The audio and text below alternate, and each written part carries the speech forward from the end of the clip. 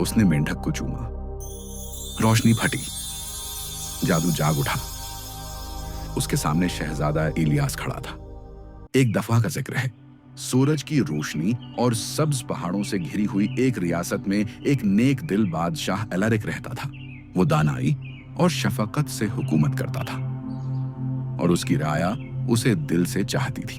उनकी रानी सेराफिना कोमल और समझदार थी और उनकी एक बेटी थी, राजकुमारी अमारा। वो खूबसूरत, रहम दिल और सबकी प्यारी थी। मगर अमन एक बहुत नाजुक चीज होती है। एक तूफानी रात राजा जेम्स ने हमला किया और सल्तनत अंधेरे में डूब गई।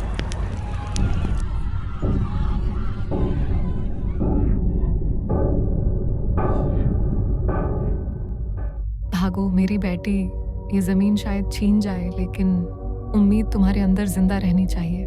शहजादी अमारा खुफिया सुरंग से फरार हुई, नामालूम की तरफ रवाना हो गई। पीछे उसकी सल्तनत जल रही थी। कई दिनों की सवारी के बाद अमारा विश पेरिंग लीव्स के जंगल में पहुंची। वहां उसे एक चमकती हुई झील मिली, खामोश, जादू भरी, हैरतअंगेज।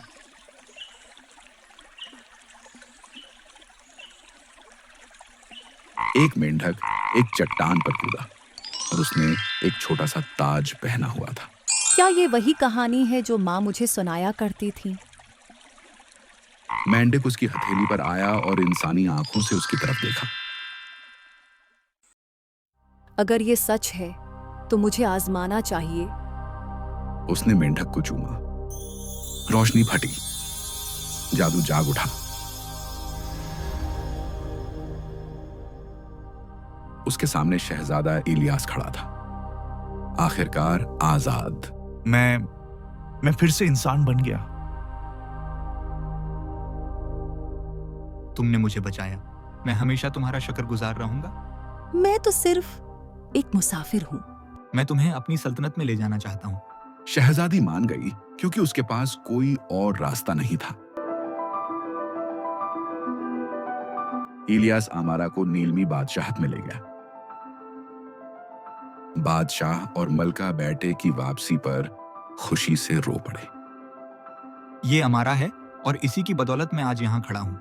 ये सल्तनत उम्र भर तुम्हारी शुक्रगुजार रहेगी।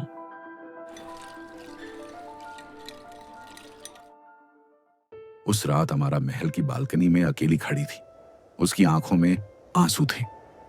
तुम क्यों रो रही हो? क्योंकि मैं वह नहीं हूँ जो तुम समझते हो। मैं राजकुमारी अमारा हूँ और मेरी सल्तनत तबाह हो चुकी है।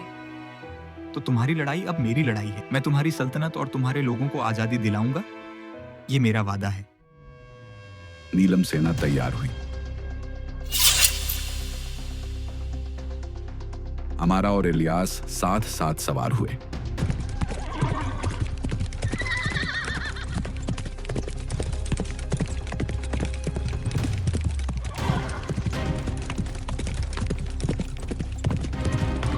जंग का मैदान सज गया। शहजादे ने पहले अमन की पेशकश की, लेकिन इस पर मगरूर जेम्स हंसने लगा और जंग शुरू हो गई।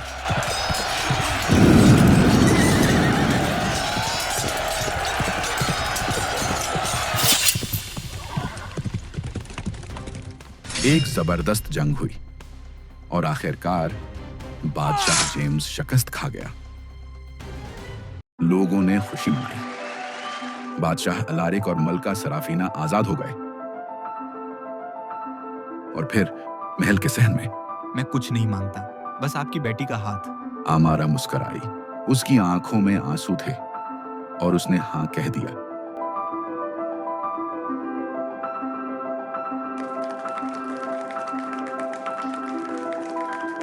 इनकी सल्तनतें मुत्तहद हो गई।